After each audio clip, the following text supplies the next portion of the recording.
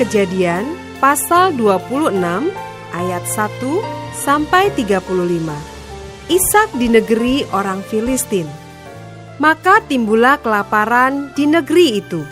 Ini bukan kelaparan yang pertama yang telah terjadi dalam zaman Abraham. Sebab itu Ishak pergi ke Gerar kepada Abimelekh, raja orang Filistin. Lalu Tuhan menampakkan diri kepadanya serta berfirman, "Janganlah pergi ke Mesir, diamlah di negeri yang akan kukatakan kepadamu. Tinggallah di negeri ini sebagai orang asing, maka aku akan menyertai engkau dan memberkati engkau. Sebab kepadamulah dan kepada keturunanmu akan kuberikan seluruh negeri ini, dan aku akan menepati sumpah yang telah kuikrarkan kepada Abraham ayahmu. Aku akan membuat banyak keturunanmu seperti bintang di langit.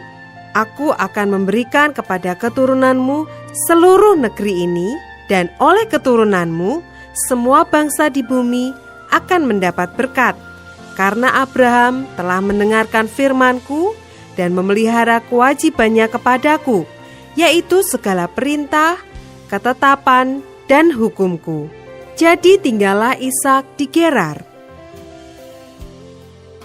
Ketika orang-orang di tempat itu bertanya tentang istrinya, berkatalah ia, "Dia saudaraku," sebab ia takut mengatakan, "Ia istriku," karena pikirnya, "Jangan-jangan aku dibunuh oleh penduduk tempat ini karena Ribka, sebab elok parasnya." Setelah beberapa lama ia ada di sana, pada suatu kali menjenguklah Abimelekh, raja orang Filistin itu dari jendela. Maka dilihatnya Ishak sedang berjumbu-jumbuan dengan Ribka istrinya. Lalu Abimelekh memanggil Ishak dan berkata, "Sesungguhnya dia istrimu. Masakan engkau berkata dia saudaraku?" Jawab Ishak kepadanya, "Karena pikirku, jangan-jangan aku mati karena dia." Tetapi Abimelekh berkata, "Apakah juga yang telah kau perbuat ini terhadap kami? Mudah sekali terjadi, salah seorang dari bangsa ini tidur dengan istrimu, sehingga dengan demikian engkau mendatangkan kesalahan atas kami." Lalu Abimelekh memberi perintah kepada seluruh bangsa itu, "Siapa yang mengganggu orang ini atau istrinya, pastilah ia akan dihukum mati."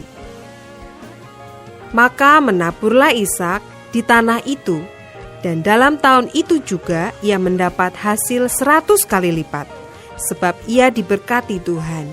Dan orang itu menjadi kaya, bahkan kian lama kian kaya, sehingga ia menjadi sangat kaya. Ia mempunyai kumpulan kambing domba dan lembu sapi, serta banyak anak buah, sehingga orang Filistin itu cemburu kepadanya. Segala sumur yang digali dalam zaman Abraham ayahnya oleh hamba-hamba ayahnya itu telah ditutup oleh orang Filistin dan ditimbun dengan tanah. Lalu kata Abimelekh kepada Ishak, "Pergilah dari tengah-tengah kami, sebab engkau telah menjadi jauh lebih berkuasa daripada kami." Jadi pergilah Ishak dari situ dan berkemahlah ia di lembah Gerar, dan ia menetap di situ.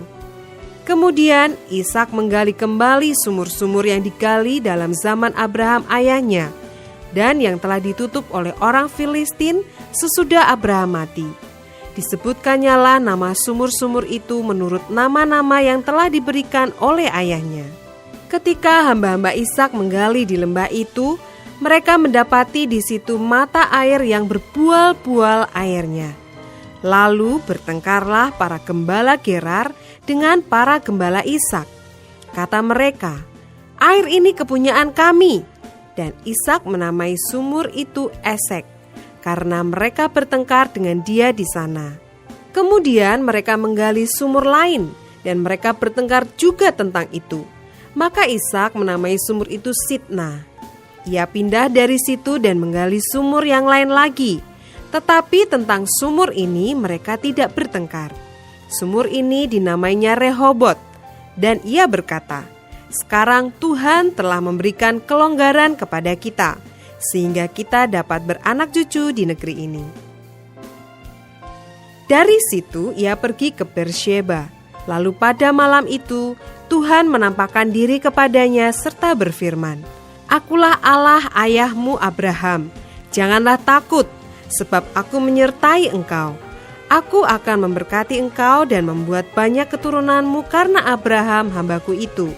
Sesudah itu Ishak mendirikan mezbah di situ dan memanggil nama Tuhan. Ia memasang kemahnya di situ. Lalu hamba-hambanya menggali sumur di situ. Datanglah Abimelek dari Gerar mendapatkannya, bersama-sama dengan Ahuzat sahabatnya dan Pikol kepala pasukannya. Tetapi kata Isa kepada mereka, "Mengapa kamu datang mendapatkan aku? Bukankah kamu benci kepadaku dan telah menyuruh aku keluar dari tanahmu?" Jawab mereka, "Kami telah melihat sendiri bahwa Tuhan menyertai engkau.